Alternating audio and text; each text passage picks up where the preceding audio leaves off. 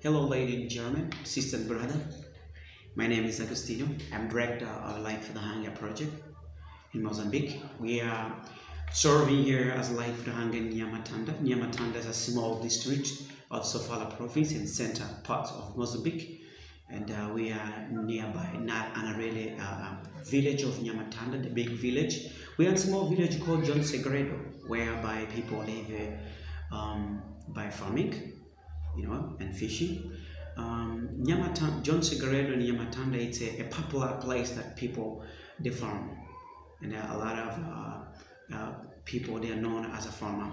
So I'm doing this quick video to share some thoughts about the challenges we do have in Mozambique. I just want to share with you a first challenge that we have is education challenge. In education, if I'm talking about the challenge is that Mozambique first in education is we don't have access. We do have access, for kids to go to school, and it's not all kids attend to a primary school, a preschool.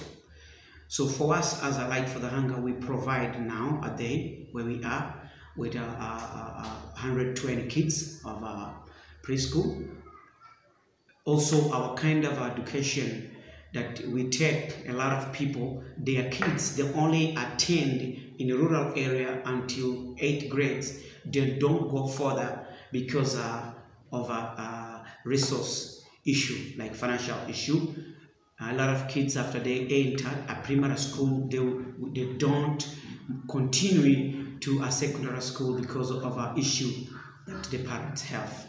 Our government, they increase that the kids can go to school until grade 9 without paying any tuition.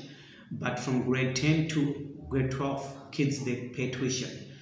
So education is a lot of one of the a big challenge we have, because a lot of kids, they only fight to go to finish a grade 12, but they can't go to the college because of a resource. Their parents, they can't afford for them to provide the education also to university. Another challenge that I want to share what Mozambique face, it's healthcare. We have a poor healthcare program. I'm saying that it's the reality that our country has. A lot of kids, if I'm talking about a healthcare issue, I'm talking about a lot of kids and a lot of people suffer with malaria and HIV as well. So malaria with the kids, it does provoke to them another disease, which is malnourishment. Just starting from talking about malnourishment, a lot of kids, they are malnourished because the food that they have at home after their breasting, they start having a poor nourishment, so that it does affect their life. And the malaria, as you know, it takes 5 to 10 people every day. I'm talking about not adult people, kids people. Also, malnourishment, it does kill a lot of young people. So this is one of the challenges we have. And the third challenge that our country faces, it is food poverty.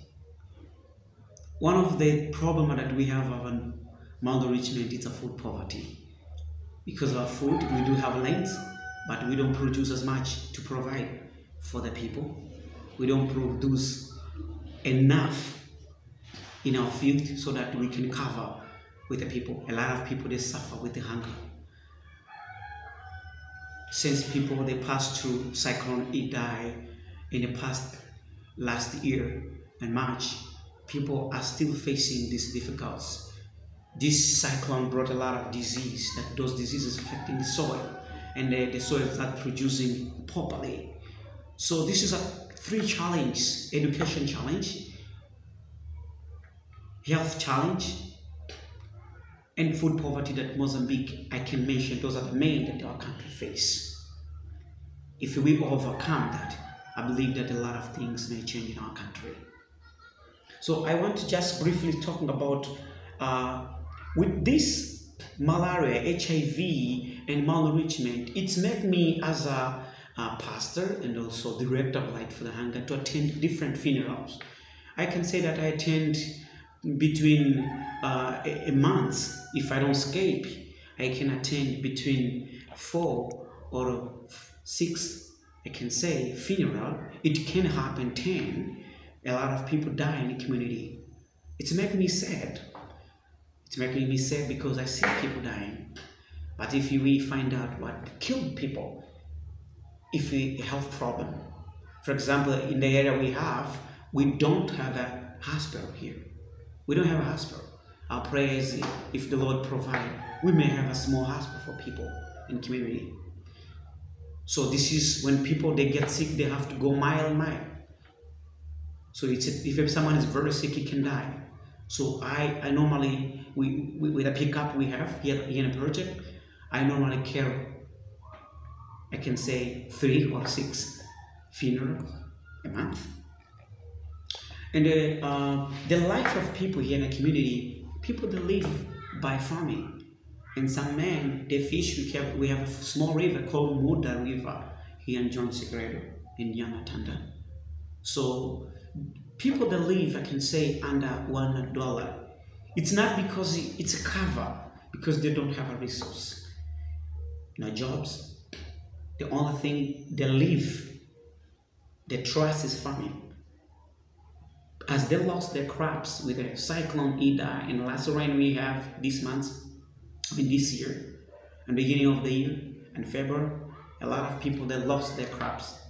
That is what they make them living. So those are the challenges.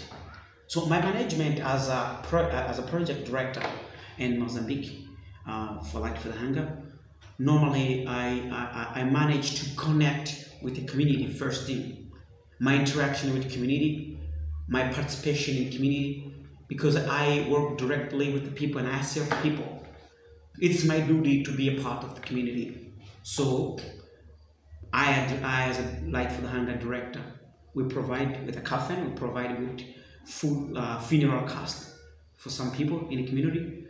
Also, we help community here with the food, with the health care. Once in a while, we invite Dr. Luciano.